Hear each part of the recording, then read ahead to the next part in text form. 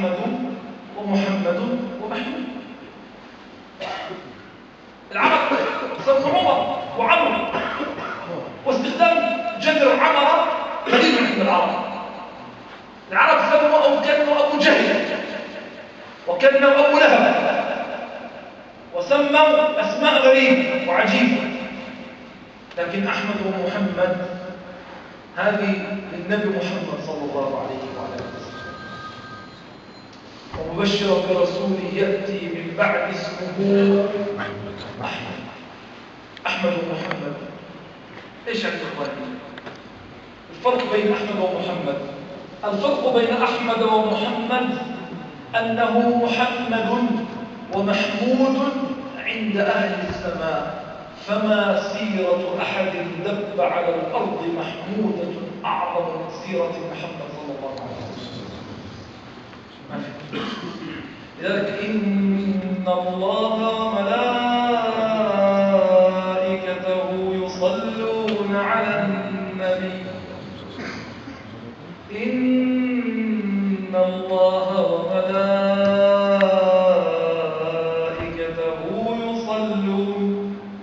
يصلون على النبي يا أيها الذين آمنوا صلوا عليه، يا أيها الذين آمنوا صلوا عليه، يا أيها الذين آمنوا صلوا عليه وسلموا تسليما.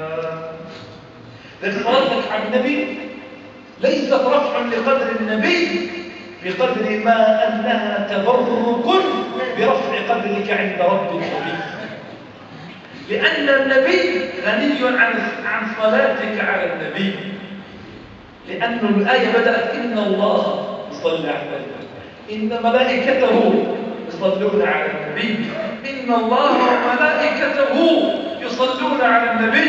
إذا كان في الحديث الصحيح إن الله وملائكته وأهل السماوات وأهل الأرض، في بعض الروايات حتى الحيتان في الماء وحتى النملة في جحرها ليصلون على معلمي الناس الخير، فكيف بمعلم الأساتذة والمعلمين صلى الله عليه وسلم؟ كيف بالذي قال به ذلك الأعرابي؟ أعرابي دخل المسجد، سمعنا الأعراب أعرابي دخل المسجد. الصحابة رضي الله عنهم يقول ابن عباس ما سأل الصحابة النبي إلا 12 مسألة، فقال بعض العلماء لعلها التي في القرآن يسألون تستفتون. فكان عندما يسمعون بعربي قادم يروحون إلى المسجد لأنهم يعلمون أنه سيسأل سؤال. ما كان في المدينة وما تربى على أدب النبوة في المدينة، فأتى بآثار ما تربى عليه في البيت. فيأتوا للمسجد، أحد دخل المسجد إلى زاوية المسجد أجده الله فبال